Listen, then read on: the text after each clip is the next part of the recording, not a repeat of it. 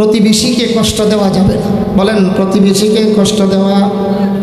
তাফসীরের কিতাবে লেখা হয় প্রতিবেশী প্রথমত দুই প্রকার। বলেন, প্রতিবেশী প্রথমত এক নম্বরে হলো সংলগ্নতার দিক থেকে, আমার বাড়ির পাশে যেমন সংলগ্ন, আর একটা হলো সম্পর্কতার দিক থেকে। সংলগ্ন সম্পর্ক, বলেন সংলগ্ন সম্পর্ক। সংলগ্নতার দিক থেকে প্রতিবেশী তিন প্রকার, এই পাশে তিনটা, এই পাশেও তিনটা। তাহলে তিনে তিনে প্রতিবেশী কত হলো? এই আমি একটা একটা করে বলি। এক নম্বরে সংলগ্নতার দিক থেকে প্রতিবেশী যেমন আমার আপনার বাড়ির সাথে দেওয়ালের সাথে লাগানো এক, আর একটা হলো স্বাভাবিক প্রতিবেশী, আমার বাড়ি থেকে 1 2 3 4 5 6 7 8 9 10 ঘর পর্যন্ত তার আমার প্রতিবেশী। কয়টা গেল? দুইটা।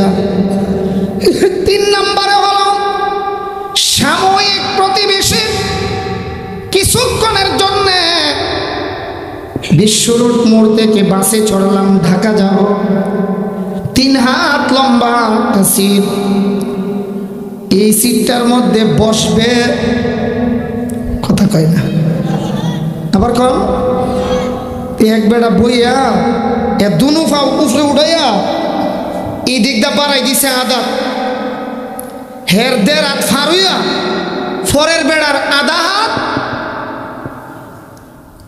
বিসমিল্লাহির রহমানির রহিম। ইন্নাল্লাহা ইয়া'মুরু বিল আদলি ওয়াল ইহসান ওয়া ইতা'i যিল কুরবা ওয়া ইয়ানহা আনিল ফাহশা'i ওয়াল মুনকারি ওয়াল বাগই ইয়া'iযুকুম লা'আল্লাকুম তাযাক্কারুন।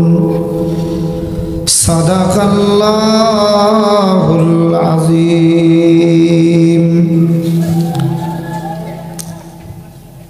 ওয়া আন আলিয়্যিন রাদিয়াল্লাহু তাআলা আনহু ক্বাল হাদ্দাসানি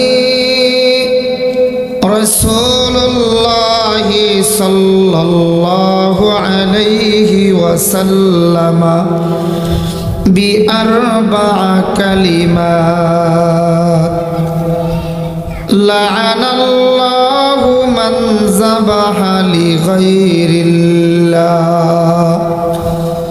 ওয়া লা'আনাল্লাহু মান লা'আনা ওয়ালিদাইহি ওয়া লা'আনাল্লাহু মান আওয়া মুহাদিসা ওয়া লা'আনাল্লাহু মান গায়্যারা মানারাল আরদ। ওয়া ক্বালা আন-নাবিয়্যু সাল্লাল্লাহু আলাইহি ওয়াসাল্লাম আল মুসলিমু মান সালিমাল মুসলিমুনা মিন লিসানিহি ওয়া ইয়াদিহি। আল্লাহুম্মা সাল্লি আলা মুহাম্মাদিন নাবিয়্যিল উম্মি ওয়া আলা আলিহি ওয়া সাল্লিম তাসলিমা। আস্তাগফিরুল্লাহ ইন্নাল্লাহা গফুরুর রহিম। আলহামদুলিল্লাহ,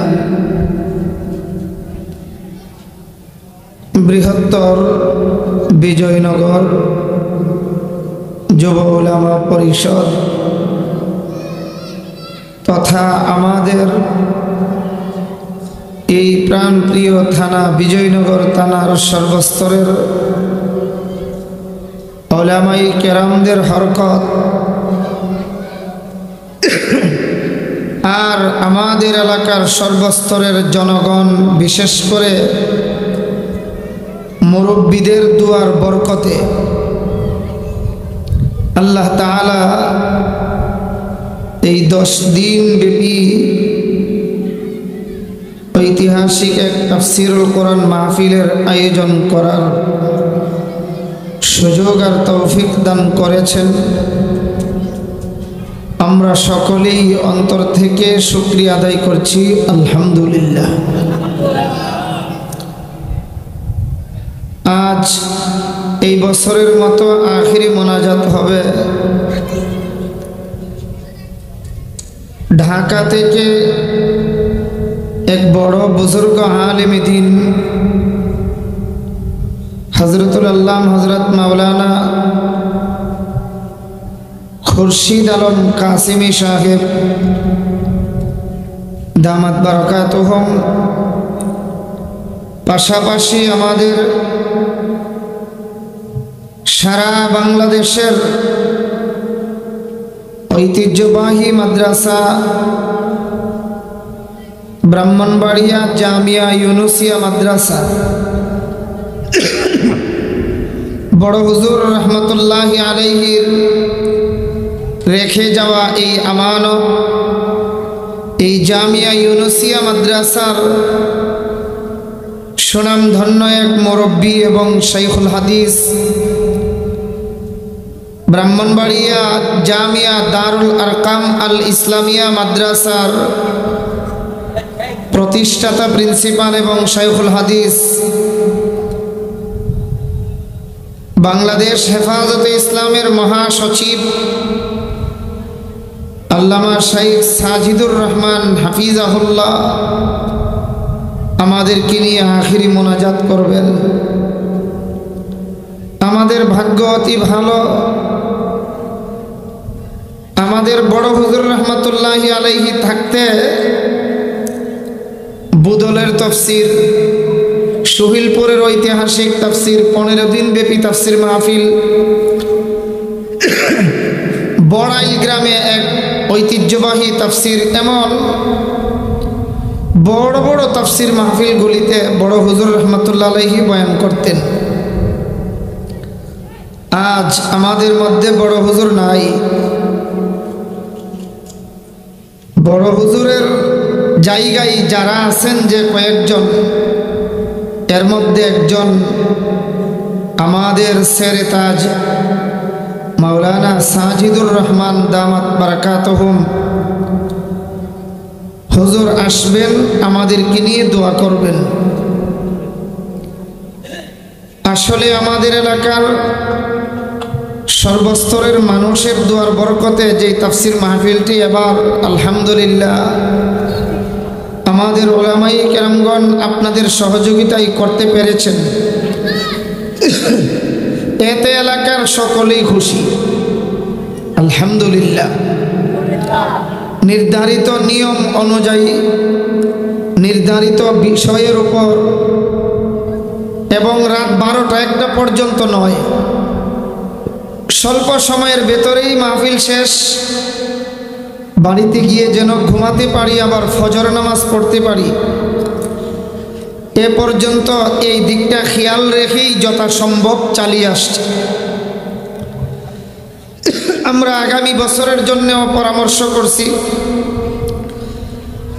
এবার প্রথম লম্বা চড়া 10 দিন পরিচালনা করতে গিয়ে একটু ব্যতিক্রম হলেও আগামী বছর এতটুকুন ব্যতিক্রম যেন না হয়, আমাদের পরামর্শ হয়েছে। আপনাদেরকে চূড়ান্ত ডেট জানানো হবে ইনশাআল্লাহ। এই বছর আমরা মাসের শেষ দিকে করেছি, আগামী বছর ইনশাআল্লাহ মাসের প্রথম দিকে জানুয়ারির 6 তারিখ থেকে 15 জানুয়ারি পর্যন্ত 10 দিন ইনশাআল্লাহ আমাদের এই তাফসীর মাহফিল চলবে। আল্লাহ যেন কবুল করেন, আমরা আমিন বলি। পর্দাটা তো আর এদিকে সহ দেওয়া দরকার ছিল, মাতে সব বাতাস তো এদিকে আসে।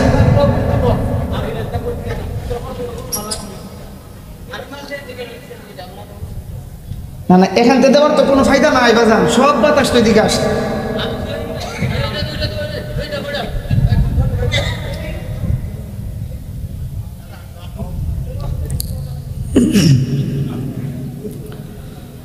اللهم صل على محمد النبي الأمي وعلى آله وسلم تسليما ইনশাআল্লাহ হয়ে যাবে, অল্প সময় একটু সবর করি আমরা।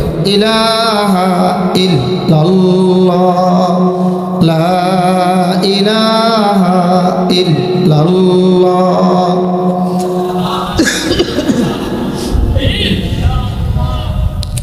লা ইলাহা ইল্লাল্লাহ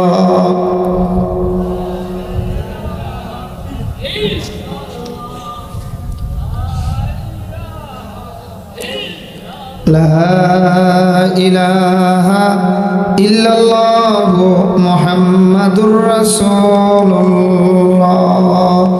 ইল্লাল্লাহ ইল্লাল্লাহ ইল্লাল্লাহ ইল্লাল্লাহ ইল্লাল্লাহ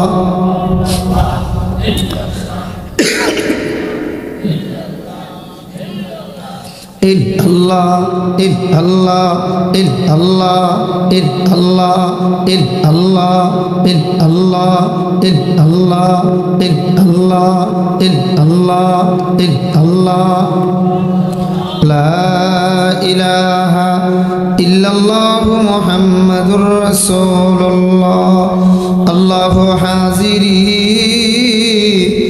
আল্লাহু নাজিরি আল্লাহু শাহিদি আল্লাহু মাই আল্লাহু আল্লাহ আল্লাহু আল্লাহ আল্লাহু আল্লাহ আল্লাহু আল্লাহ আল্লাহু আল্লাহ আল্লাহু আল্লাহ লা ইলাহা ইল্লাল্লাহ মুহাম্মাদুর রাসূলুল্লাহ সাল্লাল্লাহু আলাইহি ওয়াসাল্লাম। আলহামদুলিল্লাহ, আল্লাহ তাআলার দয়া আর মেহেরবানি। আমি এই কথাটাই বলছিলাম যে আপনাদের দুয়ার বরকতে আল্লাহ আমাদের এলাকার এই নবীন যুবক ওলামাই কেরামদের একটু নড়াচড়া, একটু চেষ্টা, তাদের একটু হরকত নড়াচড়ার আপনাদের দুয়ার বরকত আল্লাহ তাআলা এই দুইটার সমন্বয়ে নতুন করে সুন্দরভাবে নিয়ম শৃঙ্খলা অনুপাতে একটা তাফসির মাহফিল পরিচালনা করার সুযোগ দান করছেন, তৌফিক দান করছেন। আল্লাহরে খুশি করার জন্য আমরাও খুশি হইয়া জোরে বলবো এখন আলহামদুলিল্লাহ। আমরা আগে থেকেই বলছিলাম যে অন্যান্য তাফসির মাহফিলের মতন লম্বা টাইম, লম্বা সময় 12টা 1টা এমন হবে না। আর আপনারাও মাগরিবের পর থেকে আইসা বৈশা যান। আলহামদুলিল্লাহ, এই নিয়ম এবং ধারাবাহিকতাই ইনশাআল্লাহ সামনের বছরও চলবে। আগামী বছর আমরা মাগরিবের পর থেকেই আমরা আমাদের বাহিরের উলামায়ে কেরাম যারা বয়ান করবেন, এখন পরামর্শ করছি 15-20 জনের নাম আমরা লেখছি। রমজান মাসের ভেতরেই ইনশাআল্লাহ আমাদের আলেমদেরকে ওই যে 1 বছর পরে হবে এর দাওয়াতি কার্যক্রম আমি নিজে তাদের সাথে থাইকা ইনশাআল্লাহ দাওয়াতের কাজ শেষ করব ইনশাআল্লাহ। আপনাদের দোয়া চাই, আল্লাহ তাআলা যেন তৌফিক দান করেন। আপনারা এইগুলি আমাদের একজনের পকেটের টাকা না, আপনাদের সকলের পকেটের টাকা। ইনশাআল্লাহ আপনাদেরকে পুঙ্খানু রূপে আমি বলছি তাদেরকে যে হিসাবের বেলায় যেন একটা টাকাও কোন দিকে গেছে জানি না, বুঝি না, এমনটা যেন না হয়। সবগুলি নতুন খাতায় কে কত দিছেন, কত তারিখে দিছেন, কোন দিন দিছেন, এই সবগুলি বড় করে খাতা কিনা হয়েছে। ইনশাআল্লাহ আমানতের সাথে আপনাদের টাকা, আপনাদের মেহনতের টাকা, আপনারা টাকা দিতেছেন, এই সবগুলি হিসাবও ইনশাআল্লাহ আপনাদেরকে বোঝানো হবে। আল্লাহ যেন আমানতের সাথে এই তাফসির মাহফিলটাই নবীন আলেমদেরকে পরিচালনা করার তৌফিক দান করেন। তারা আমাদের কাছে দোয়া পাও না, বলবো আমরা, তারা আমাদের কাছে দোয়া পাও না। যদিও নবীন আলেম, এমন বহু মানুষ আমরা আছি যে তারা আমার ছেলের উস্তাদ, আমার নাতির উস্তাদ। আচ্ছা বলুন তো দেখি, আমাদের যত প্রতিবেশী আছে এর মধ্যে ইমাম সাহেব, মুয়াজ্জিন সাহেব, মসজিদের খাদিম সাহেব আমাদের একটা উল্লেখযোগ্য প্রতিবেশী না? বলেন বলেন, প্রতিবেশী কিনা? এজন্যই তো দেখা যায় আমরা আমার বাড়ির পাশের প্রতিবেশীর সাথে যেই ব্যবহার করি, একজন ইমাম, একজন মুয়াজ্জিন, মসজিদের খাদিম, তার সাথে আমরা এর চেয়েও অনেক ভালো ব্যবহার করি। আলহামদুলিল্লাহ বলেন। কেন করি? কেন? যে ইমাম সাহেব যদিও আমার নাতির বয়সের, ইমাম সাহেব যদিও আপনার ছেলের বয়সের, বয়সে আমার চেয়ে ছোট হলেও ইলিমে আমলে আমার চেয়ে অনেক বড়। সবাই বলি আমার চেয়ে অনেক বড়। এজন্য আলহামদুলিল্লাহ আমরা তাদেরকে অনেক আদর সৌহার্দ্য করি। পাশাপাশি আমার নাতির বয়সের আলেম হইলেও আমরা অনেক সম্মান, অনেক শ্রদ্ধাও করি তাদেরকে। এটা তারা আমাদের কাছে দোয়া যেমন পাও না, আমাদের কাছ থেকে ভালো ব্যবহারটাও পাও না। আমি এজন্য আপনাদের সামনে কোরআন শরীফের সূরাতুন নাহলের 90 নম্বর আয়াতখানা তিলাওয়াত করেছি। আমরা আমাদের প্রতিবেশীদের সাথে কিরূপ ব্যবহার করব? প্রতিবেশী যদি হিন্দুও হয়, প্রতিবেশী যদি খ্রিস্টানও হয়, প্রতিবেশী যদি কাফিরও হয়, আল্লাহর নবীজি বলেন আমার কাছে আপনার কাছে প্রতিবেশী ভালো ব্যবহার পাও না। বলি সবাই, ভালো ব্যবহার শুধু মুসলমান হইলে না কাফের হইলেও? বলি সবাই, কাফের হলেও। আল্লাহর নবীজির বাড়ির পাশে এক ইহুদির বাড়ি। হাদিস শরীফে আসছে নবীজি একদিন আয়েশা সিদ্দিকা রাদিয়াল্লাহু তাআলা আনহার ঘরে আসছেন। আয়েশা অনেক আগে থেকেই স্তুতি গ্রহণ করেছেন যে আমার ঘরে নবীজি আসবেন, নবীজিকে আপ্যায়ন করব কি দিয়ে, নবীরে কি খাওয়াইমু। আয়েশা সিদ্দিকা রাদিয়াল্লাহু তাআলা আনহা 3টা রুটি আগে থেকেই বানিয়ে রাখছেন যে নবীজি আসলে এই 3টা রুটি খাওয়াবো, রসুলকে মেহমানদারি করব। সুবহানাল্লাহ। আল্লাহর নবীজি আসছেন। নবীজি আসার পর আয়েশা রাদিয়াল্লাহু তাআলা আনহা খুব পেরেশান। নবীজি বলেন, আয়েশা আমি ঘরে আসলে তো তুমি আমার সাথে আলাপচারিতায়, কথাবার্তায় ব্যস্ত হয়ে যাও, কিন্তু আজকে তো দেখা যায় আমার সাথে কথা বলো না, একটু পেরেশানি পেরেশানি ভাব দেখা যায়। আয়েশা বলেন, ও আল্লাহর হাবিব, আপনার আপনাকে কি খাওয়াইমু এইটা নিয়ে আমি পেরেশানিতে আছি। আল্লাহ নবী বলেন, আয়েশা ঘরে কিছু থাকলে আমাকে দাও, না থাকলে পেরেশানি করার কোনো প্রয়োজন, বলেন না সবাই, বলেন না প্রয়োজন। আয়েশা বলেন, ও আল্লাহর হাবিব, মাত্র 3টা রুটি বানাইয়া একটা কাপড়ের টুকরা দিয়া বইলা রাখছিলাম। ওই যে দেখেন না একটা বকরি বা ছাগল, এই রুটিগুলি যেই কাপড় দিয়া বইলা রাখছিলাম কামড় দিয়া নিয়ে গেছে। আল্লাহর নবী বলেন, এই বকরিটা কার? আয়েশা সিদ্দিকা বলেন, আপনার প্রতিবেশী ইহুদির বকরি। আল্লাহর নবীজিকে আয়েশা বলেন, আল্লাহর হাবিব আপনি একটু বসেন, আমি বকরি যে কামড় দিয়া নিছে, কামড় দিছে কাপড়ের উপরে, ভিতরে রুটি, আমি বকরির মুখ থেকে এটা টান দিয়া নিয়ে আসি। আল্লাহর নবী বলেন, আয়েশা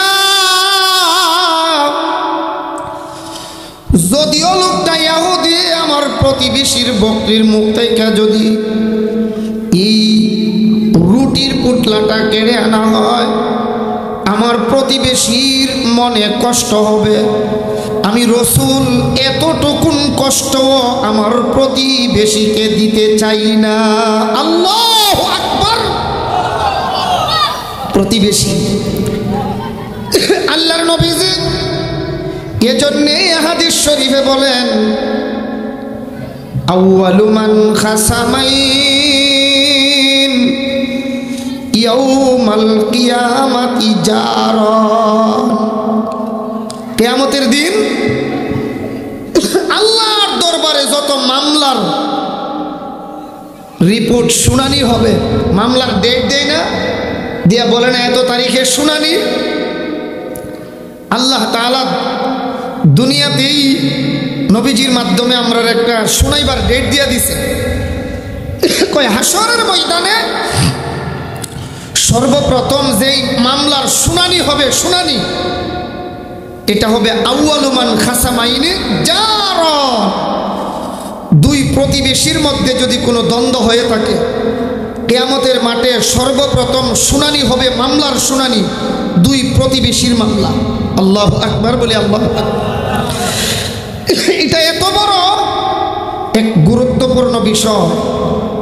প্রতিবেশী হিন্দু, খ্রিস্টান, বেঈমান, মুসলমান হলে তো আর কথাই লাগে না। হিন্দু বেঈমান হলেও আমার আপনার কাছে ভালো ব্যবহার পাও না, বলেন না ভালো ব্যবহার। এটা তো আল্লাহ নবীর সাহাবী হযরতে আলী রাদিয়াল্লাহু তাআলা আনহু বলেছেন, হাদ্দাসানি রাসূলুল্লাহ সাল্লাল্লাহু আলাইহি ওয়াসাল্লাম বি আরবা'a কালিমাত। আল্লাহর নবী আমাকে 4টা বিষয়ে খুব গুরুত্ব দিয়া কথা বলেছেন। কই বিষয়ে? 4টা কথা। বলেন কয়টা? হাদ্দাসানি রাসূলুল্লাহ সাল্লাল্লাহু আলাইহি ওয়াসাল্লাম বি আরবা'a কালিমাত। আলী রাদিয়াল্লাহু তাআলা বলেন, নবীজি আমাকে 4টা কথা খুব গুরুত্ব দিয়া বলেছেন। ওই কথাটা কি? লাআনাল্লাহু মান যাবাহা লিগাইরিল্লাহ ওয়া লাআনাল্লাহু মান লাআনা ওয়ালিদাইহি।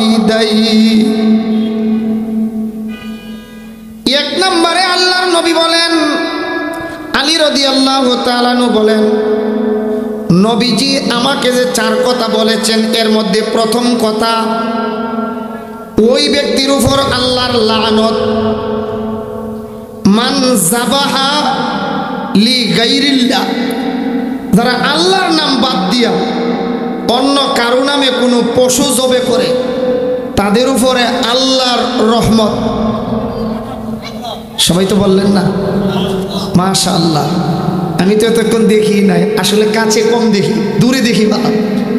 চশমা লাগাই দিই, আমরা এলাকার সব বড় বড় মুরব্বীরা বসে আছে আলহামদুলিল্লাহ। যুবক আলেমরা বলছে হুজুর প্রতিদিন মাঠ যখন ভাঙ্গে তখন দেখি যে আমরা বরফকুরফার, গোয়ালখলা, কল্যাণপুর, মণিপুর, আটকাপাড়া, দক্ষিণ লক্ষ্মীমোড়া সহ সারা এলাকার বিশিষ্ট সর্দার মুরব্বী যারা তারাও হাজির আছে। আলহামদুলিল্লাহ, একটু জোরে কর, সবাই বলি আলহামদুলিল্লাহ। আল্লাহর শুকরিয়া, আল্লাহ তাআলার শুকরিয়া। এটা এই বাচ্চারা পেছনে একটু হইচই করতেছে, এদেরকে এই যে কি মৌলানা মুজাম্মেল ভাই একটু জানছেন?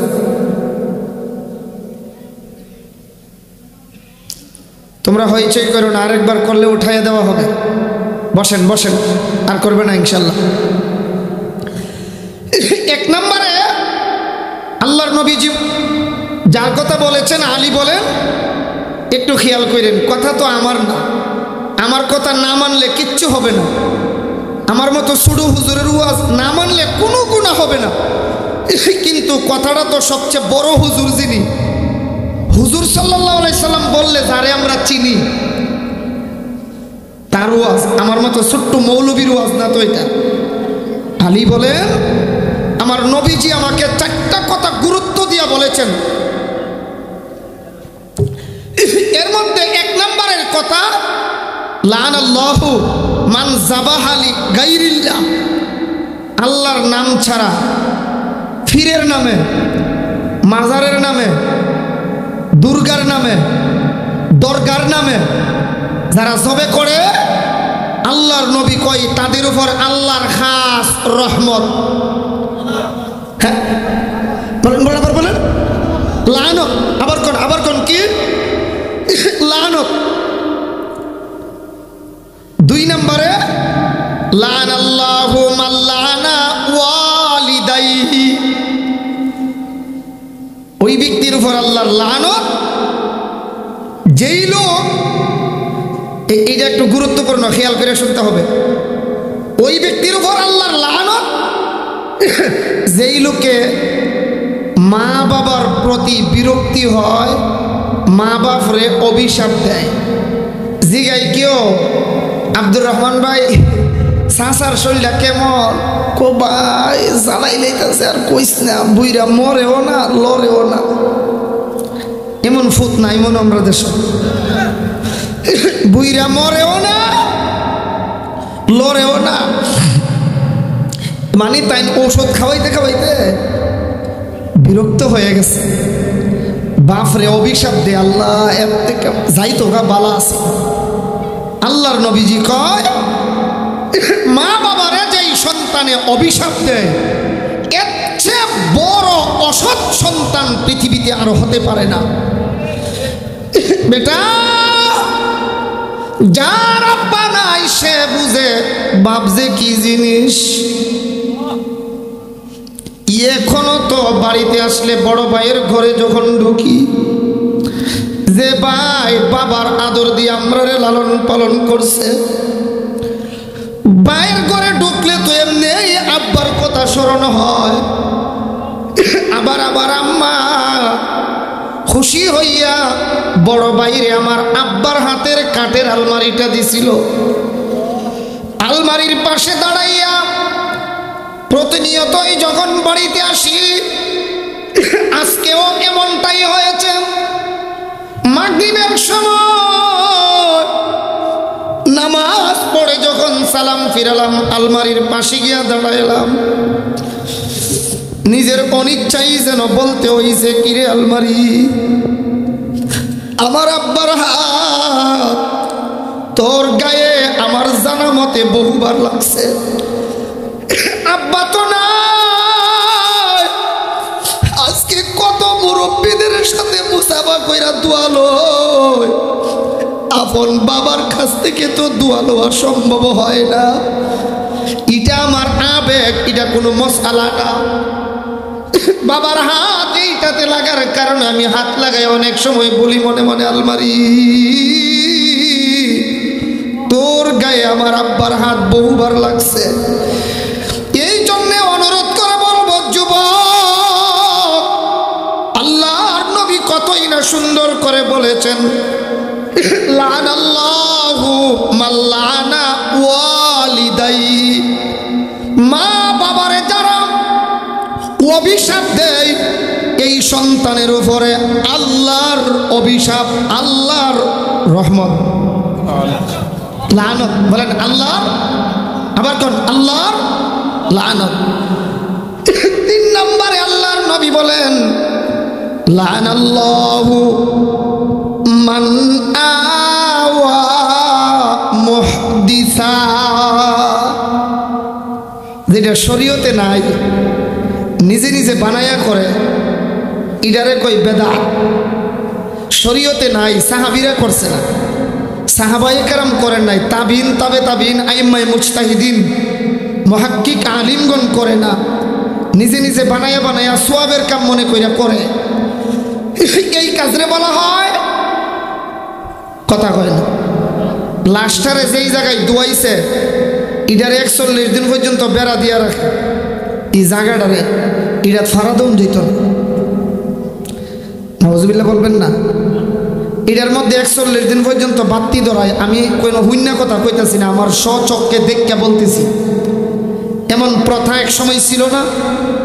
কথা বলেন, ছিল না? এই জাতীয় কাজরে সোয়াব মনে কইরা করে। আমাদের খুব নবীন আলেমদের মধ্যে বড় একজন আলেম, বড় মুফাসসির, বড় বক্তা,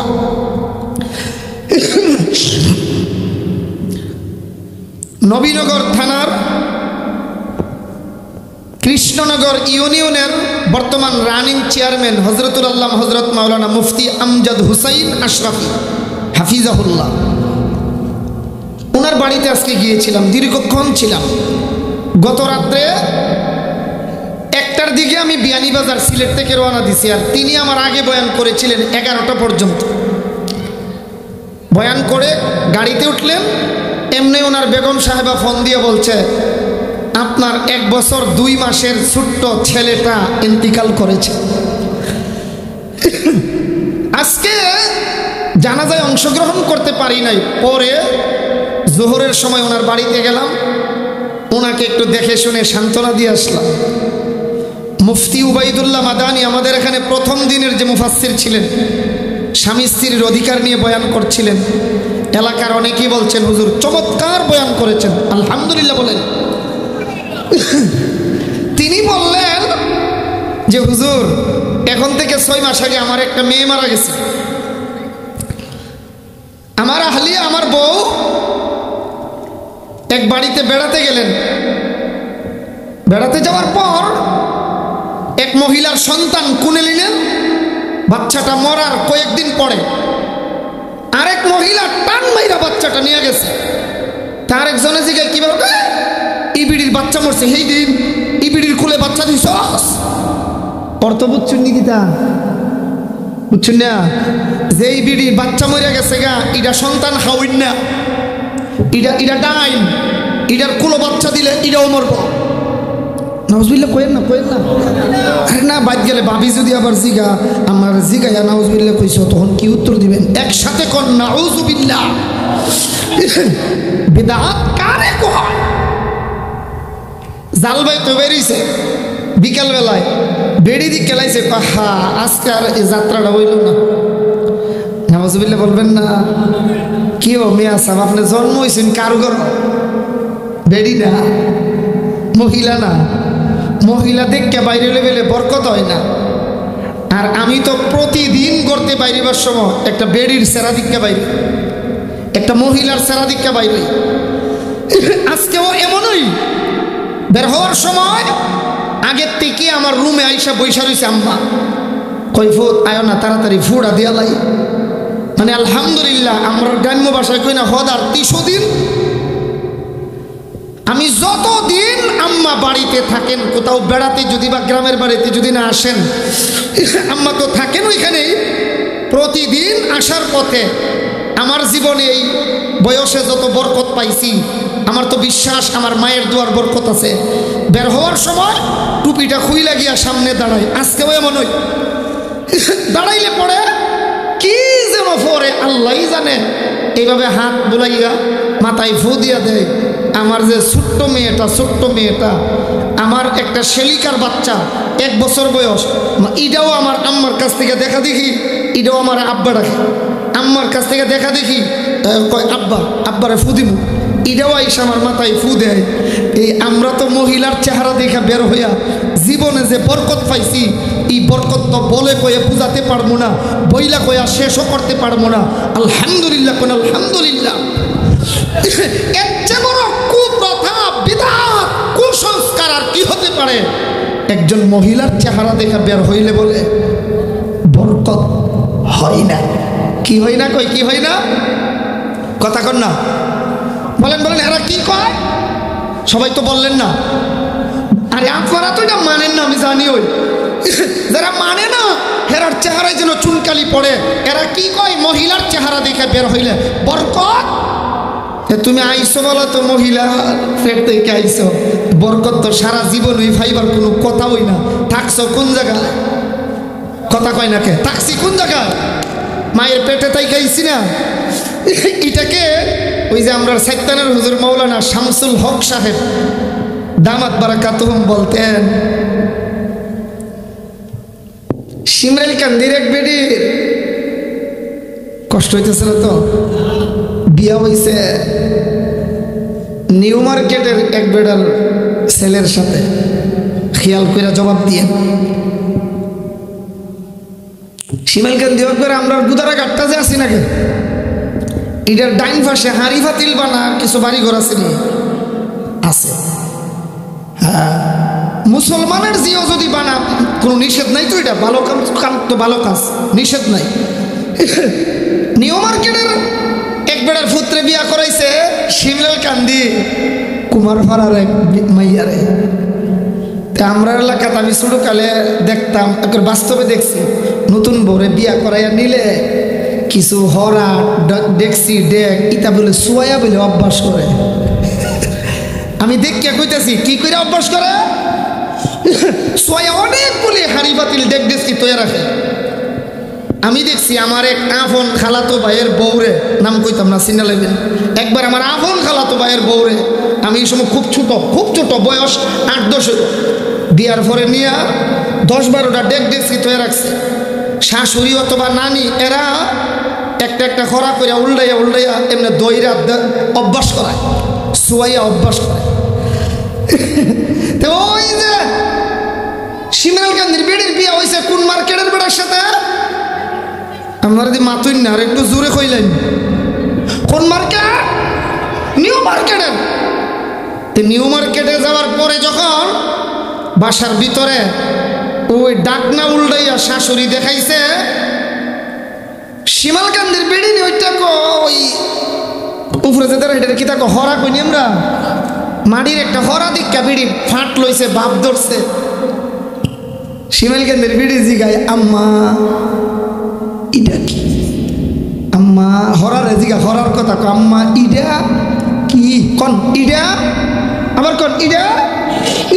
হরিয়কর বেড়ির মতন বেড়ি গালো টুকুর দিয়া ক, বাপ দাদা 14 গোষ্ঠী কুমাইরার জি আমার বাড়ির আয়া কস ইডা কি? তোর বাপ দাদা 14 গোষ্ঠী কুমাইরা, তুই বুঝি হরা চিনস না? হরা চিনছস, বাপ দেখাইছস, শিক্ষিতের ঘরের শিক্ষিত যে হইছস। আমরাও কই বাপ দাদা 14 গোষ্ঠী মায়ের পেট থেকে দুনিয়াতে আসছি। না আপনারা মনে মার ফেরতেন না, ঠিক বেটি কইতেন না? বাপ দাদা 14 গোষ্ঠী ওই মায়ের পেট থেকে আসছি। এখন যদি কয় মহিলার সেরা দিকটা বের হইলে কি যাত্রা জানে কয়টা রে? কুযাত্রা। ওই কুযাত্রা, নাউযুবিল্লাহ কোন নাউযুবিল্লাহ। আল্লাহর নবীজি বলেন এই জাতীয় কুসংস্কার আর এ জাতীয় বিদআত কাজ যারা করে এদের উপরে আল্লাহর লানত। বলেন এদের উপরে আল্লাহর। 4 নম্বরে আল্লাহর নবীজি বলেন ওয়ালানাল্লাহু মান গায়্যারা মানারাল আরদ। একটু খেয়াল করে শুনেন, এটাই হলো আমরা আলোচ্য বিষয়ের সাথে মিল।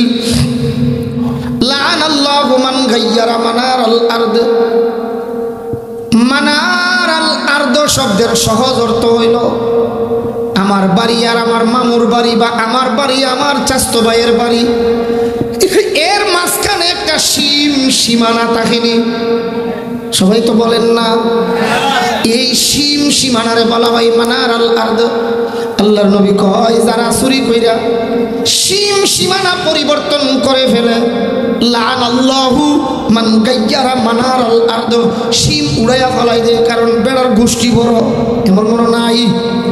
আরো আসতে কোনা চিনি, ক্ষমতার বলে জালিম নিরহ মানুষের উপর জুলুম করে, অত্যাচার করে। আল্লাহর নবী কয় উম্মত শুনে রাখো, তোমার ক্ষমতা থাকতে পারে, দল থাকতে পারে, তোমার পাওয়ার থাকতে পারে, যাই না রাখো লাআনাল্লাহু মান গায়্যারা মানারাল আরদ, যে সীম নিয়া বাড়াবাড়ি করে পরিবর্তন করে, এর উপরে আল্লাহর রহমত। হ্যাঁ, সবাই বলেন আল্লাহ লানত, আল্লাহর লানত। তুমি জুলুম দখল করে খাও, আর এক বেটার জমি তোমার কাছে পাও না, তুমি এই বেটার জমিটা দখল করে খাচ্ছ, দিতে পারো না। আল্লাহর নবী কয় লানাল্লাহু মান গায়্যারা মানারাল আরদ। আরদ মানে জমিন, মানার মানে সীমানা। যারা সীমানা পরিবর্তন করে, জোর করে, আলবাইতো গিয়া তেতা তেতা কই আঙ্গুল আর লাঙ্গল আরেক বেটার আইলের ভিতরে ঢুকাইয়া দেয়, কই এর উপরে আল্লাহর লানত। কথা জুড়ে কোন ঠিক কিনা? প্রতিবেশীর সাথে ভালো ব্যবহার যদি না দেখানো হয়, নবীজি বলছেন সে আমার উম্মত নয়। বলেন সে আমার উম্মত নয়, যে প্রতিবেশীর সাথে ভালো ব্যবহার করতে পারে না। আল্লাহ নবীজির কাছে এক সাহাবীকে বলছে, হুজুর আমার প্রতিবেশীর যন্ত্রণা আমি সহ্য করতে পারি না, এই জন্য হুজুর আমি কি করব? নবীজি বলেন সবর করো, ধৈর্য ধারণ করো। ইন্নামা ইউওয়াফাস সাবিরুনা আজরাহুম বিগাইরি হিসাব। কোরআনের আয়াত। আল্লাহ তাআলা বলেন সব আমলের প্রতিদান আল্লাহ হিসাব করে করে দেবেন। নামাজ, রোজা, হজ, যাকাত সবগুলির প্রতিদান আল্লাহ কি করে দেবেন? হিসাব করে দেবেন, একটুও কম দেবেন না। কিন্তু আল্লাহ নিজেই বলেন একটা ইবাদত আছে, বলেন একটা, যেইটার বদলা আল্লাহ হিসাব করে দেবেন না, বেহিসাব দিয়া দিবেন। এই ইবাদতটার নাম সবর, ধৈর্য। বলেন ইবাদতটার নাম। প্রতিবেশী কষ্ট দিছে আর রাতের বেলা ঘুম থেকে ওইটা বলছে পরওয়ারদিগারে আলম তেরা হি হে সাহারা, তেরি সাওয়া ইস জাহাঁ মে কোই নাহি হামারা। আল্লাহ পৃথিবীতে তুমি ছাড়া আমার আর কেউ নাই। জনবল, ধনবল, গোষ্ঠীর বল, ক্ষমতার বল, টাকার বল আমার কিচ্ছু নাই। আল্লাহ আমি ঘুষখোরের কলম দিয়া কাউ তুলি গিয়া লিখাইতাম না। আমি আমার এই চোখের লবণাক্ত পানি দিয়া রাতের বেলা তোমার হাইকোর্টে লেখা দিলাম। আল্লাহর নবী কয় উম্মত কিয়ামতের ময়দানে আল্লাহ তাআলা ওই জালিমের গলায় 7 জমিন পর্যন্ত যত মাটি হবে সব মাটি দিয়া ওই জালিমের গলায় পড়ায়া দেবে। এই জালিম কিয়ামতের ময়দানে ঠাই পাবে না। আল্লাহু আকবার। এই জন্য সাবধান, সতর্ক হওয়া দরকার। আমার আপনার শক্তি সবসময় থাকে না, ক্ষমতা সবসময় থাকে না। সব ইবাদতের বদলা হিসাব করে দেবে, শুধু ধৈর্যের বদলা কোনো হিসাব নাই। বেহিসাব আল্লাহর মানসা মোতাবেক আল্লাহ তাআলা দেবেন। সুবহানাল্লাহ। নবীজি এক হাদিসে বলেন বেহিসাব কি দিবেন? কই আস-সবরু সাওয়াবুহুল জান্নাহ। ধৈর্যের প্রতিদান অন্য কিছুই নয়, সরাসরি আল্লাহ জান্নাত দিয়ে দিবেন। ধৈর্যের প্রতিদান সরাসরি জান্নাত। বলেন ধৈর্যের প্রতিদান। আবার কোন ধৈর্যের প্রতিদান? আরবিটাও সহজ, ইচ্ছা করলে মুখস্থ করতে পারেন। আস-সাবরু সাওয়াবুহুল জান্নাহ, 2 শব্দে। আস-সাবরু সাওয়াবুহুল জান্নাহ। নবী কয় ধৈর্যের প্রতিদান সরাসরি জান্নাত, সরাসরি জান্নাত পাওয়া যাবে। সবর এমন এক জিনিস, নবীজি বলছেন ধৈর্য ধরুন। একদিন, 2 দিন, 3 দিন যাওয়ার পর চতুর্থ দিন যখন গেল, আল্লাহর নবীজিকে এক কাজ করো, তোমার ঘরের যত মালামাল আছে, শুনতেছি নি কথাটা, তোমার ঘরে যত মালামাল আছে সব মালামাল বাইর করে রাস্তায় দাঁড়াও। রাস্তায় দাঁড়াইয়া কি করবো? ওই রাস্তায় দাঁড়াইলে মাইনসে জিগাইলে কেউ মালামাল কি ব্যাপার বাইর করছো? ওই ভাই প্রতিবেশীর যন্ত্রণা আর সহ্য করতাম পারি না, এই জন্য সব বাইর করছি, এলাকা ছাইরা চইলা যাবো, মানুষ জিগাইলে খালি এই কথা কইবা প্রতিবেশীর যন্ত্রণায় এগুলি বের করছি, আর থাকতাম না, চইলা যাবো, অশান্তিতে থাকার চেয়ে না থাকা ভালো, এই কথা বলবা।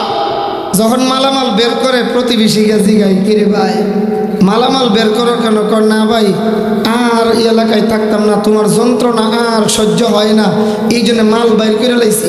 এই বেড়া দেখে আর ইহন দিয়ে আমার কথা সারা এলাকার মানুষে শুনবো, এর লেগে ফাওয়া ধরে কো ভাই সাহেব আর কষ্ট দিতাম না। সুবহানাল্লাহ বলবেন না? আর কষ্ট দিতাম না। প্রতিবেশীকে কষ্ট দেওয়া যাবে না। বলেন প্রতিবেশীকে কষ্ট দেওয়া। তাফসীরের কিতাবে লেখা হয় প্রতিবেশী প্রথমত 2 প্রকার। বলেন প্রতিবেশী প্রথমত, 1 নম্বরে হলো সংলগ্নতার দিক থেকে, আমার বাড়ির পাশে যেমন সংলগ্ন, আর একটা হলো সম্পর্কতার দিক থেকে। সংলগ্ন সম্পর্ক, বলেন সংলগ্ন সম্পর্ক। সংলগ্নতার দিক থেকে প্রতিবেশী 3 প্রকার, এই পাশে 3টা, এই পাশেও 3টা, তাহলে 3 প্রতিবেশী কত হলো? এই আমি একটা একটা করে বলি। 1 নম্বরে সংলগ্নতার দিক থেকে প্রতিবেশী যেমন আমার আপনার বাড়ির সাথে দেওয়ালের সাথে লাগানো, 1। আর একটা হলো স্বাভাবিক প্রতিবেশী, আমার বাড়ি থেকে 1 2 3 4 5 6 7 8 9 10 ঘর পর্যন্ত তার আমার প্রতিবেশী। কয়টা গেল? 2টা। 3 নম্বরে হলো সাময়িক প্রতিবেশী, কিছুক্ষণের জন্য বিশ্বরোড মোড় থেকে বাসে চড়লাম, ঢাকা যাব, 3 হাত লম্বা একটা সিট, এই সিটটার মধ্যে বসবে, কথা কয় না আবার কম, এক বেড়া বইয়া এ দুনু ফাও উপরে উঠাইয়া এই দিকটা বাড়াই দিছে আদা, হের 1.5 হাত ফার হইয়া ফরের বেড়ার আধা হাত, আমি মনে বুঝাইতাম পারতেছি না, তো কই না আধা হাত কিতা করছে? হ্যাঁ নিজের জায়গা না আরেকজনের জায়গা, আরেকজনেরটা দখল করছে। পরে যে আইসা বইছে, এই বেচারা একটু দুর্বল মানুষ, কিছু কইতেও পারে না, সইতেও পারে না। এটা সাময়িক প্রতিবেশী, কিছুক্ষণের জন্য 2 ঘন্টা 3, যেমন এখন আমরা যারা বইছি, একজনে বই করে ফাউ দিয়ে আরেক বেড়ার ফাউর উপরে যাতায়াত ধরে রাখছে, হে বেড়া সহ্য করতে পারে না। এটা প্রতিবেশীকে কষ্ট দেওয়া হলো। বলেন প্রতিবেশীকে, এটার এক সাময়িক প্রতিবেশী, মানে কিছুক্ষণের জন্য সাময়িক, বলেন না সাময়িক। একটা বাড়ির সাথে লাগানো আর একটা লাগানো না, অন্তত 10 ঘর পর্যন্ত 2। 3 নম্বর সাময়িক প্রতিবেশী। এই পাশেও 3 প্রকার সম্পর্কের দিক থেকে প্রতিবেশী। কাফিরও যদি হয়, আমার বাড়ির সাথে হিন্দুর বাড়ি, সে আমার কাছে ভালো ব্যবহার পাও না একটা কারণে। কারণটা কি? সে প্রতিবেশী। বলেন কারণটা কি? সে আমার, তাফসীরের কিতাবে লেখা হয় প্রতিবেশী যদি মুসলমান হয়, সেও আমার কাছে ভালো ব্যবহার পাও না 2 কারণে। বলেন কই কারণে? 1 নম্বর প্রতিবেশী, 2 নম্বর হইল সে মুসলমান, আমার জাতি ভাই, 3 নম্বরে আমার চাচতো ভাইয়ের ঘর আমার ঘরের সাথে, এই ভাই আমার কাছে ভালো ব্যবহার পাও না 3 কারণে। বলেন কই কারণে? 1 নম্বর কারণ প্রতিবেশী, 2 নম্বর কারণ মুসলমান, 3 নম্বর কারণ আমার চাচাতো ভাই। এই 3 কারণে এই প্রতিবেশী আমার কাছে ভালো ব্যবহার পাও না। এই মর্মে একটা দৃষ্টান্ত শোনাই, তাইলে আরো সহজ। বাদশাহ হারুনুর রশিদের নাম শুনছি না এমন কোন মানুষ আছে এখানে? বাদশাহ নুরউদ্দিন, এক কথা বাদশাহ জাহাঙ্গীর, বলেন বাদশাহ নাম সবাই শুনছি। এই বাদশাহ জাহাঙ্গীরের জীবনী থেকে একটা ছোট্ট দৃষ্টান্ত শোনাই। বাদশাহ নুরউদ্দিন মোহাম্মদ জাহাঙ্গীর মুজাদ্দিদে আলফেসানি রহমাতুল্লাহ আলাইহি সোহবত যখন পাইছিল, তার জীবনের মূল আল্লাহ তাআলা ঘুরাইয়া সংশোধন করে দিয়েছিলেন। সুবহানাল্লাহ। বাদশাহ জাহাঙ্গীরের বাড়ির পাশে একজন হিন্দু মহিলার বাড়ি ছিল। বলেন বাদশাহ জাহাঙ্গীরের বাড়ির পাশে একজন হিন্দু প্রতিবেশী মহিলার বাড়ি ছিল। মহিলার একটা ছেলে, বলেন মহিলার একটা ছেলে, ছেলেটারে বিয়ে করাইছে, নতুন বউ আছে। এবার বলেন তো ফ্যামিলিতে সদস্য কয়জন? ছেলে, ছেলের বউ আর মা, ছেলে, ছেলের বউ আর মা। ছেলেটা সরকারি চাকরি করে, এই জন্যে সবসময় বাড়িতে থাকতে পারে না। একদিন বাদশাহ জাহাঙ্গীরের দরবারে প্রতিবেশী হিন্দু মহিলা আসছে। আয়েশা বলতেছে, বাদশাহ একটা কথা জানাবার জন্য আসছে। আমি যদিও হিন্দু মহিলা, আমি তোমার প্রতিবেশী। আমরা শুনেছি তোমাদের ধর্মের বিধান প্রতিবেশী হিন্দু হলেও তাকে কষ্ট দেওয়া যাবে না, তার হক আদায় করতে হবে। এই জন্য আমি আসছি তোমার কাছে একটা ন্যায় বিচার চাইতে। বলে কি ন্যায় বিচার? তোমার বাড়ির পাশে আমার বাড়ি, আমার ছেলেটা বাড়িতে থাকে না, কে যেন একটা যুবক প্রায় রাত্রি আমার নতুন বধূর, নতুন বউয়ের ইজ্জত নষ্ট করার জন্যে আসে। নাউজুবিল্লাহ বলবেন না। এই জন্য তোমার কাছে আসছি, ন্যায় বিচার চাই, আমাদেরকে নিরাপত্তা দাও, আর নিরাপত্তা না দিলে অনুমতি দাও, এলাকা ছেড়ে চলে যাব। বারবার কথা বললেও বাদশাহ জাহাঙ্গীর কোনো জবাব দেয় না। মহিলাটা রাগ করলে, বয়স একটু বেশি হলে মেজাজ খিটখিটে হয়ে যায়। মহিলাটা রাগ করে বলেন, বাদশাহ আমি তোমার জন্ম দেখেছি, জন্ম। তোমার মায়ের বিপদের দিন তুমি যেদিন জন্মগ্রহণ করো, আমি হিন্দু প্রতিবেশী মহিলা তোমাকে সর্বপ্রথম তুলে নিয়েছিলাম। আমি তোমার জন্ম দেখেছি। আমার কথাই কর্ণপাত করছো না, আমার কথা শুনছো না তো শুনে রাখো, আমি চলে যাই। তোমরা যে কিয়ামত বিশ্বাস করো, সেই কিয়ামতের দিন তোমার আল্লাহর হাইকোর্টে তোমার বিরুদ্ধে মামলা দেব যে আমি বাদশার দরবারে গিয়েছিলাম, ন্যায় বিচার পাইছিলাম না। এই কথা বলে মহিলা রাগান্বিত হয়ে চলে যায়। বাদশাহ জাহাঙ্গীর কিছুই বলে নাই।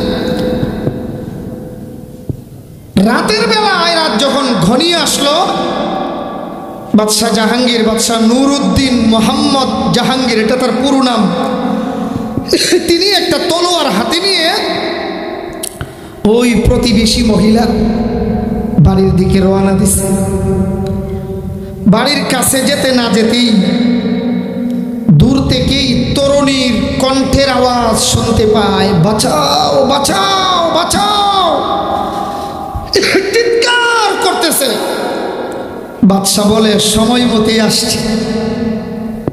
গিয়ে দেখে বাড়িতে গেটের সামনে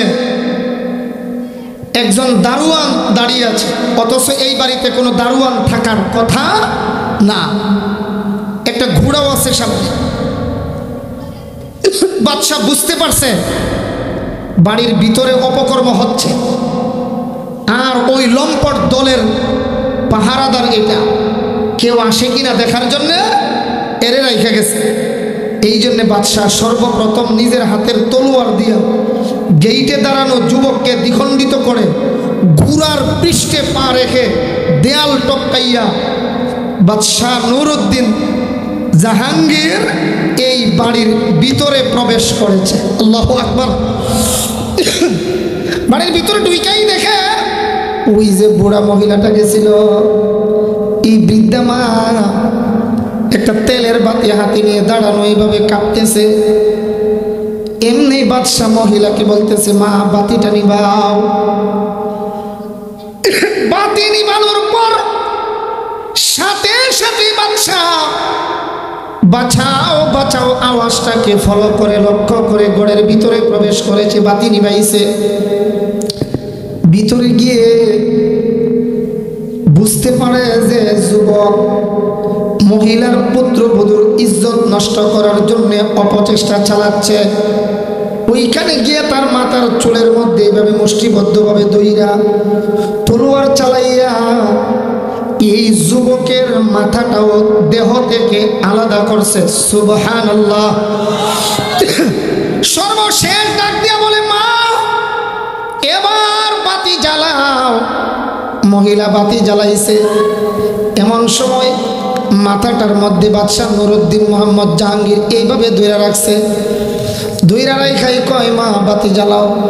বাতি জ্বালানোর পর খেয়াল করেন এইভাবে চেহারাটার দিকে তাকাইছে, তাকাইয়া এইভাবে ছাইরা দিছে আর কয়, আলহামদুলিল্লাহ। আলহামদুলিল্লাহ বলে মাথাটাকে ছেড়ে দিয়ে কয়, মা একটু পানি যদি পান করাইতে পারো আমার তৃষ্ণাটা নিবারণ হইতো। সুবহানাল্লাহ। মহিলা তাড়াহুড়া কইরা গিয়া পানি আইনা দিল। পানি পুরোটাই পান কইরা সুন্দর করে চলে যায়। যাওয়ার সময় বইলা গেছে, মা তোমার পুত্রবধূকে নিয়ে আমার সাথে একটু সাক্ষাৎ করবা বলে। আচ্ছা ঠিক আছে। নির্ধারিত সময়ে এই বৃদ্ধা মহিলা তার পুত্রবধূকে নিয়ে বাদশাহ জাহাঙ্গীরের সাথে এই হিন্দু মহিলা সাক্ষাৎ করতে গেছে। সুবহানাল্লাহ।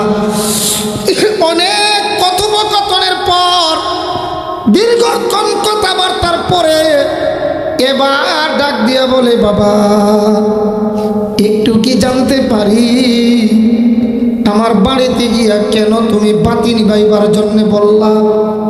বলে, মা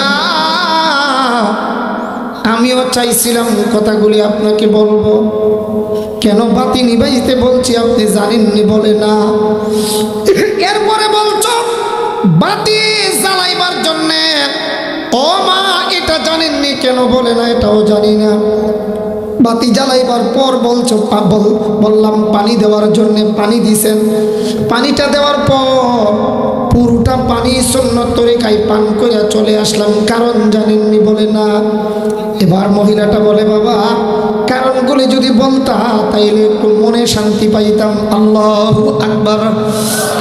সাথে সাথে বলে, মা আপনার বাড়িতে গিয়া বললাম বাতি নিভাইবার জন্য, কারণ হলো আপনি যে আমার বাড়িতে গিয়ে বলছিলেন কে যেন একটা যুবক রাতের বেলা ইজ্জত নষ্ট করতে যায়।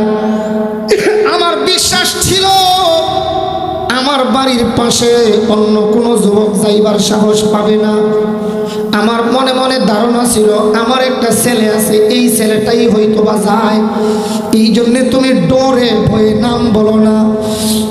মা আমার ছেলে মনে কইরাই আমি বললাম বাতি নিভাও, কারণ আমি যদি তোমার ঘরে ঢুকি, ঢুইকা যদি দেখি আমার ছেলে বাতি জ্বালানো থাকলে বাবা হইয়া ছেলের চেহারা দেখতে একটু মায়া লেগে যেতে পারে। মায়া যদি লাইগা যায় আর প্রতিবেশীর উপর যদি ইনসাফের বিচার করতে না পারি, কিয়ামতের ময়দানে আল্লাহর হাইকোর্টের আসামি হয়ে যাব। আল্লাহু আকবার বলেন সকলে। এই জন্যে মা বাতি নিবাইবার পরে আল্লাহর কসম গো মা, আমার ছেলে মনে কইরে আমি গলাটা কাটছি। এরপরে বললাম বাতি জ্বালান, বাতি জ্বালাইছেন। জ্বালাইবার পরে এমনি তাকাইলাম, তাকাইয়া দেখি যে না না, এটা আমার সন্তান নয়, অন্য কোন কুলাঙ্গার সন্তান। আমার সন্তান যে খারাপ কাজ করে নাই, এই জন্যে আলহামদুলিল্লাহ বইলা মাথাটা ছেড়ে দিলাম। এরপরে আমি পানির কথা বললাম।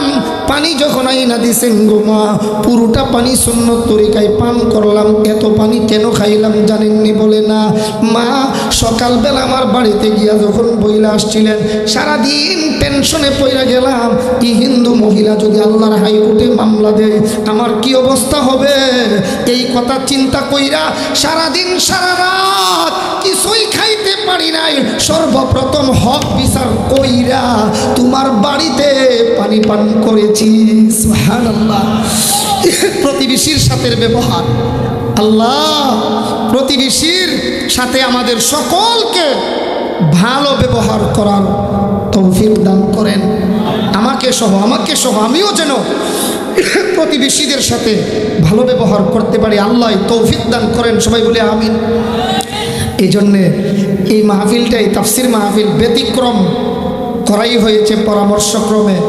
এই জন্যেই যেন 10 দিনে অন্তত 20 জন আলেম যদি বয়ান করেন, কথার কথা 20 জন, আমরার আলেমরা হয়তো বয়ান করছে প্রায় 40 জনের কাছাকাছি। আপনারা সন্তান যারা ওয়াজ করছেন এমন প্রায় 40 জন, আলহামদুলিল্লাহ বলবেন না? শুধু 20 জন যদি বয়ান করেন কথার কথা, তাইলে 20 জনে বয়ান করবেন 20টা বিষয়ের উপর। এইভাবে আমরার যত রোগ আছে, স্বামী স্ত্রী কে কার কাছে কি পাওনা দেও না, প্রতিবেশী কার সাথে কি ব্যবহার করব, মা বাপ আমরার কাছে কি পাওনা, সন্তানে মা বাপের কাছে কি পাওনা, এইভাবে যদি এ জাতীয় বিষয়গুলির উপর, নির্ধারিত বিষয়ের উপর 1 ঘন্টা 1.5 ঘন্টা কইরা বড় বড় আলিমরা বয়ান করেন, আমরা এখান থেকে আশা করি কিছু শিখতে পারবো। বলেন সবাই, কিছু শিখতে পারবো, কিছু নিতে পারবো। আরে আমাদের সন্তান যদি নিয়মিত এই কথাগুলি শুনে যে মা বাবার প্রতি বিরক্তি হওয়া যাবে না, মা বাপ যদি কাফিরও হয় মা বাপের মনে কষ্ট দেওয়া যাবে না, মা বাবার খেদমত করা ফরজ, এই কথাগুলি নিয়মিত যদি শুনে যে মা বাপ রে আব্বা কয়ে ডাকে না, হর হরি রে কাল মুখ বই রাখো আব্বা, বাবা রেডিমেড মারে আর বাপরে কি ডাক্তার ডাকে, ও আফন মারে বলে আম্মা কইতে লজ্জা করে, আফন বাপরে বলে বাপ কইতে লজ্জা করে। নাদান, আমার মতো 10 বছর বয়সে তোমার আব্বা মরলে তুমি বুঝবা বাপ ডাক্তার না দিতে পারলে কলিজায় যে কি আঘাত লাগে, কলিজায় যে কি কষ্ট লাগে। আমার সামনে আমার সন্তান যখন আমার আইসা আব্বা বলে ডাক দেয়, কলিজায় আগুন লাগে। হাইরে, আমার সন্তান আমার আব্বা কয়ে ডাকে, আমি তো কিয়ামত পর্যন্ত চেষ্টা করলেও আর আব্বা বলে ডাক দিতে পারবো না। এজন্য যুবক অনুরোধ করব, পায়ে হাত রেখে, একেবারে কদমে হাত রেখে বলবো, আমরা মা বাবাকে কষ্ট দেব না। আল্লাহ কবুল করেন, সবাই আমিন বলেন। প্রতিবেশীদের সাথে খারাপ ব্যবহার করব না, পরের জমি দখল করব না। হাসরের ময়দানে আইরি একদল মানুষ, আচ্ছা আমরা সমাজে ভারী বুঝিনি, ভারী বার নিয়ে যে যায়, মালটা বার হইলেও বেড়া আমার চেয়ে তাড়াতাড়ি আড়ে। আচ্ছা কোন বার তারা কান্দল, হেরা তাড়াতাড়ি আড়ে না, হাইলা বেড়া তাড়াতাড়ি আড়ে। মাশাআল্লাহ, বারওয়ালা কোন কি বলো, বারওয়ালা। হাসর মাঠে একদল মানুষের কান্দ, গলায় মাথায় বাড়ি বাড়ি জিনিস দেওয়া। এর মধ্যে হাদিসে আসছে, যেই লোক পরের জমি জোর কইরা দখল করছে, এর মাথার মধ্যে আল্লাহ তাআলা 7 জমি পর্যন্ত যত মাটি, মানে 1 কানি দখল করছিলাম মাত্র, 1 কানি 7 জমি পর্যন্ত নিচে হইলে কখানি হইব হুদা। একটা জমির একটা একটাই ধরলাম, বেশি না ধরে ওই কমপক্ষে 7 কানি, কমপক্ষে এক কানির মধ্যে মাটি মনে 2 কুয়া না কয়েকশো হাজার কুয়া, কথা কোনা দি কয়েকশো হাজার কুয়া ইটা মাটি। আল্লাহ কইব মুফতি সাহেব টুপি খুললে লাও পয়সা বের কর, টুপি লাও, টুপি খুলাইয়া সব আমার মাথার তুল্লা দিবার আমি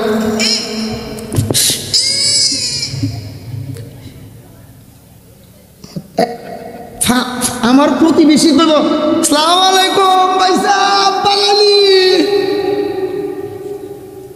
মাত্র কথা জানা উস্তাদের ভাই মাতে না, সবাই সুরে কর না।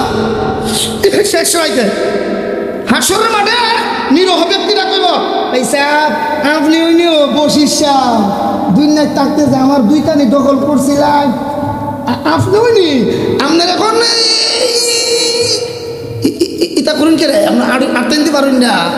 হাসরের মাঠে ওই নিরহ ব্যক্তির ফাওয়ার বাইরে যাব, কারণ নিরহ ব্যক্তির ফাওয়ার বাইরে যাইব পাওয়ার,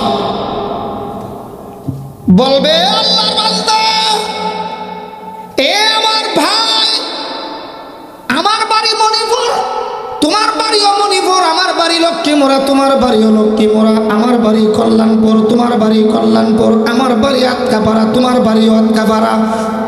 এ ভাই আর লজ্জা দিও না, দুনিয়ায় থাকতে দরবারও যাইবার আগে যে মাত্র